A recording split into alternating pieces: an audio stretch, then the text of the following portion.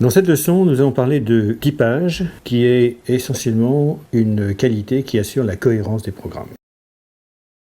Quand on étudie la physique, il y a une notion qu'on appelle les équations aux dimensions qui permettent de donner une nature à certaines grandeurs. Si par exemple je divise une distance par un temps mis pour la parcourir, j'obtiens en fait quelque chose qui est une vitesse. La vitesse peut s'exprimer en mètres par seconde ou en unités astronomiques par année, mais de toute façon, c'est toujours une distance qui est divisée par un temps. Et s'il me prend un jour la fantaisie de d'écrire que une certaine masse divisée par la vitesse serait égale à un nombre de candela par seconde, donc par un temps, en fait, tout bon physicien me dira que cette égalité n'a aucun sens car je suis en train de comparer des choux et des carottes. Et ça n'a pas de sens et donc ceci ne peut pas être écrit. Ce n'est pas cohérent. Les mêmes notions existent en langage de programmation. Dans les langages de programmation, la cohérence en fait s'effectue par le typage, et le typage qui permet donc de donner à certaines grandeurs une certaine nature, et le respect du typage implique qu'il y a au moins une certaine cohérence dans ce que l'on écrit. Donc pour vous donner un exemple, je vais prendre une fonction qui représente une sorte de boucle, et que l'on appelle souvent dans les langages fonctionnels la fonctionnelle map. L'idée de map, c'est de prendre une fonction que je vais noter f, et un vecteur que je vais noter v, et de faire en sorte d'appliquer la fonction f sur chacun des termes du vecteur qui se trouve ici. Le résultat, en fait, sera un nouveau vecteur qui aura la même taille que le vecteur que l'on a donné en entrée, mais dont les composants seront les résultats des applications de f à chacun des termes du vecteur v. Donc si je représente ça de façon plus graphique, j'ai ici un petit vecteur avec des termes a, b, c, blablabla, et je vais obtenir en fait un nouveau vecteur qui sera f de a, f de b, blablabla, etc., etc. Donc voilà l'idée de la chose. Je vais écrire la définition de map en pseudocode en expliquant que, eh bien en fait, c'est que pour tout i compris dans l'intervalle des index du vecteur, donc 0, point, point, la longueur de v, qu'on va noter v de length, pour m'affranchir de tout langage, eh bien en fait je fais un nouveau vecteur que je vais appeler result, et en indiquant que la ième composante de result, c'est en fait f appliqué à la ième composante du vecteur entrée. Et result sera le résultat comme de bien entendu. Donc voici la définition de map qui se trouve ici.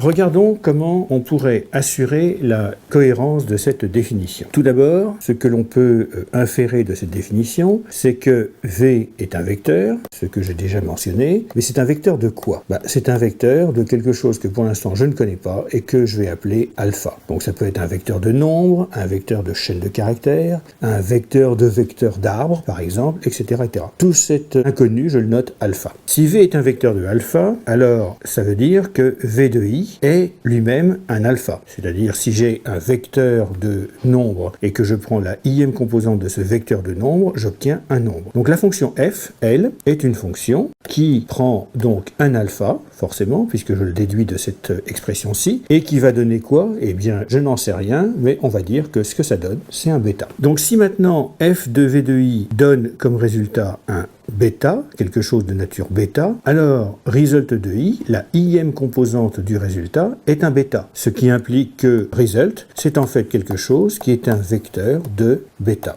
Donc maintenant, en fait, j'ai rendu grâce à cette explicitation cohérente le fait que result de i, qui est un bêta, est égal à f de v de i, où v de i est un alpha qui est converti par f en un bêta, donc ceci est cohérent. Puisque v est un vecteur, je peux effectivement demander quelle est sa taille et v.length a un sens. Je fais varier i, qui est un entier, dans l'intervalle des index des vecteurs. D'ailleurs, j'ai pris de 0 à v.length, c'est peut-être de 1 à v.length, suivant votre idée.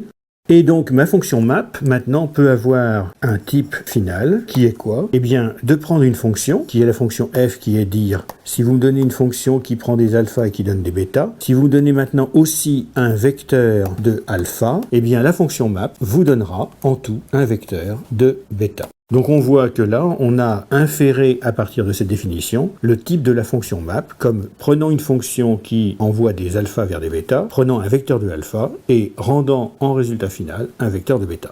Ce que vous pouvez constater, c'est que dans certains langages, il y a un processus qu'on appelle un processus d'inférence de type qui fait qu'on écrit quelque chose comme ça où on n'a jamais mentionné quel était le type de F, de V, etc. Mais où, par une analyse précise du code, on s'aperçoit que V, en fait, est utilisé comme un vecteur puisqu'on est en train de l'indexer avec un entier.